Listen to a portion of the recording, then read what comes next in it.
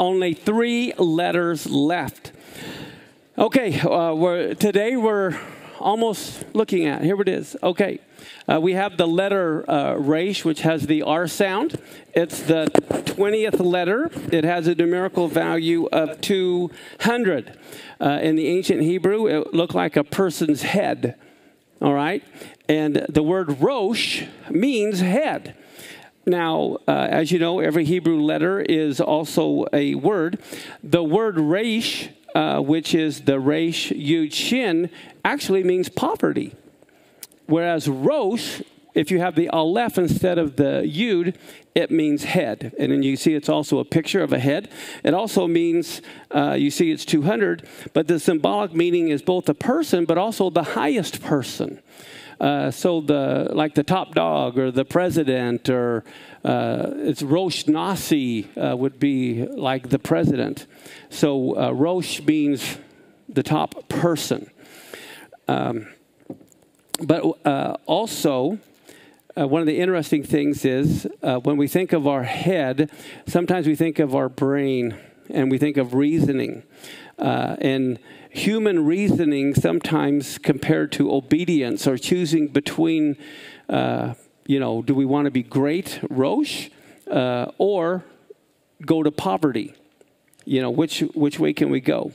One of the things I can't help but think of Luke 6:46, and the Bible, Jesus says, "Why do you call me Lord, Lord, but you don't do what I tell you to?"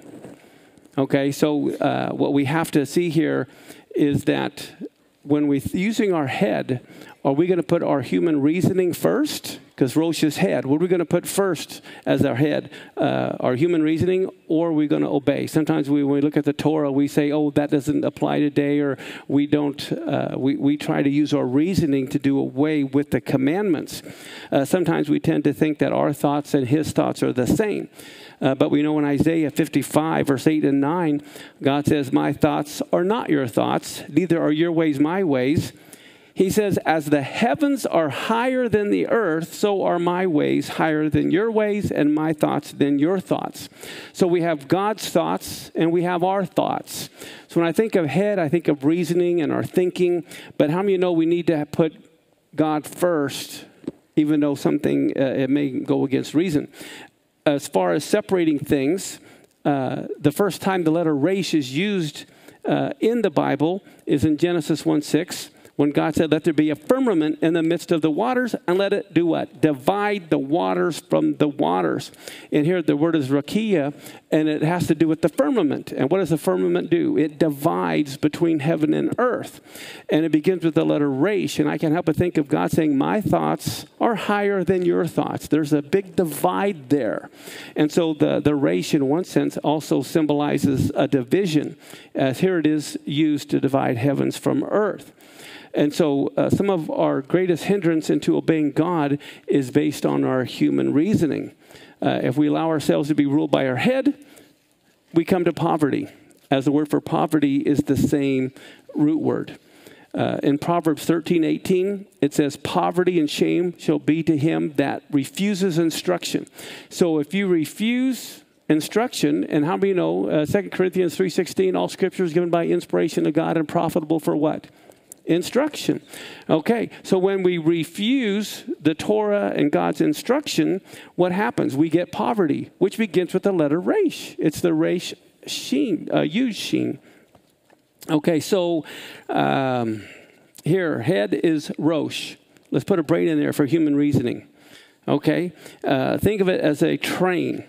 We see the locomotive, and we see our brain is what is leading the way. Now, remember the letter aleph? The aleph has a numerical value of what? 1. The last letter is the tav, which has a numerical value of what? 400. Okay, so what's halfway between 1 and 400? 200. Well, that's the resh. So numerically, we would think resh should be in the middle of the alphabet because it's 200. But that's not 2. It goes way at the end. We're going to look at our last 3 letters, the resh, the sheen, and the tav. Why is it there? Okay. Now, the rain is, think of our brain. Okay. Our brain is not all left. That's to be God, representing God. We need to put our brain at the back of the bus and let God lead the bus. You following me? That's where the resh belongs, at the end of the train. Now, when you think of Proverbs 3:5, it says, trust in the Lord with all your heart and do not what? Lean on your own understanding. That's not what we're supposed to lean on. So our ability to reason with God is so we can appreciate what he has to say. You know, I can't help but think of Isaiah 1:18, come let us reason together. It's more for us to listen and to obey what he says.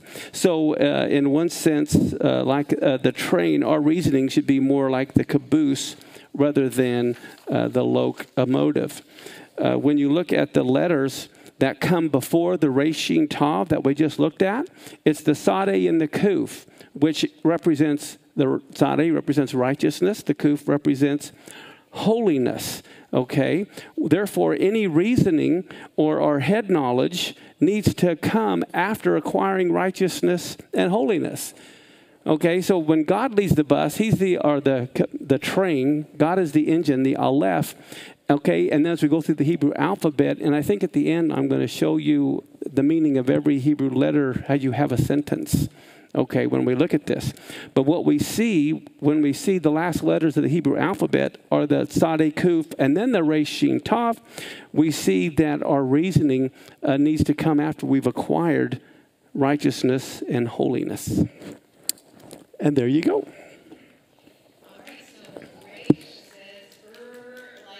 Rain. So everybody say Okay, so that's how you say that letter. And Resh, Pastor Mark gave you a lot of ideas about Resh being the head and how we think and how our thinking needs to be in line with God's, that he leads our thinking. But I want to look at Resh from a little bit different perspective and show you, show you how Resh applies to Yeshua.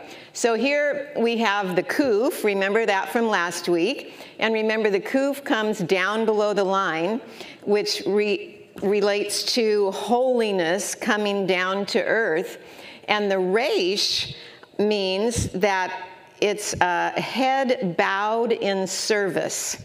So we have holiness coming down and the Resh of the head of the Lord, so to speak, coming down to serve. And Hosea 11:4 says, I led them with bonds of love and bent down to feed them. And Mark 10:45 says, for even the Son of Man did not come to be served, but to serve and to give his life a ransom for many. So there you see holiness coming down and the bent head serving. And you see aspects of Yeshua.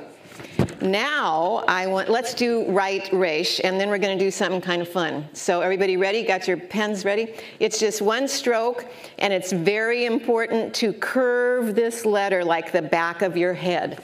So you're just going to go just below the line, and then you're going to come up to the line and down. And you're just going to curve that line right at the top of the line. That kind of got bumpy. Okay, but you get the fact that it's curved and it's one stroke. Okay, everybody got that? Now, Pastor Mark has taught this before, but now that you know these Hebrew letters, I want you to see how really critical it is to be sure that your Resh has a curved line instead of straight lines, and you see this in the Shema. So we can all read this now.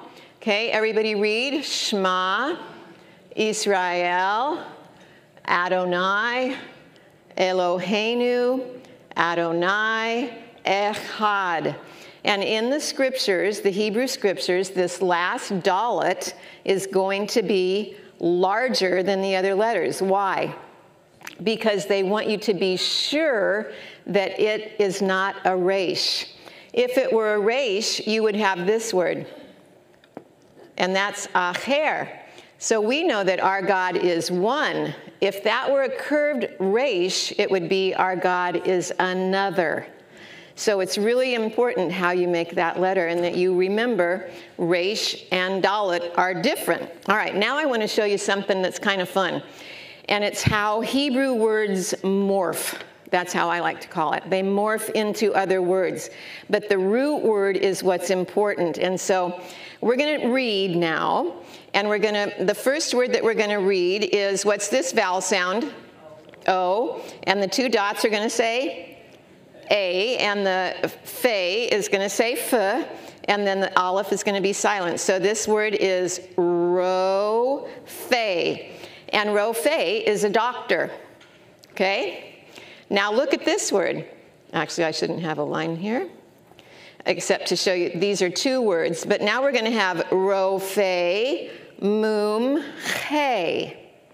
And a Rophe mumche is an expert in the medical field. Okay, but do you see the word doctor? Now look at this. Terofa. Everybody read it. Terofa. And that is medication. Do you see the root word here? The resh, the vav, and the fe?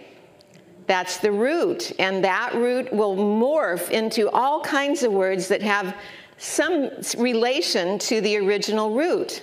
Okay, so you see the relation between doctor and medication, and you see the root word. All right, now let's look at this one. Let's read it. The aleph with the line under it is going to say ah. The noon with the dot under is going to say e. So ani, Adonai, ro, fe, cha.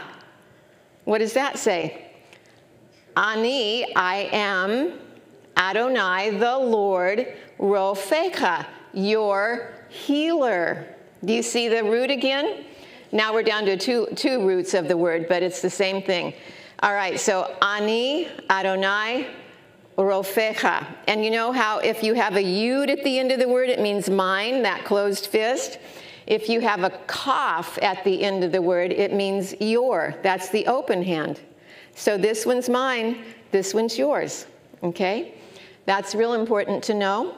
And then the last thing is the shortest prayer in the Bible, and it has, again, this root that comes from Rophe, and it's, everybody read it, Rapha, this is a noon, na, la. And what does that say? Heal, please, her. Heal her, please. And this was Moses praying for Miriam.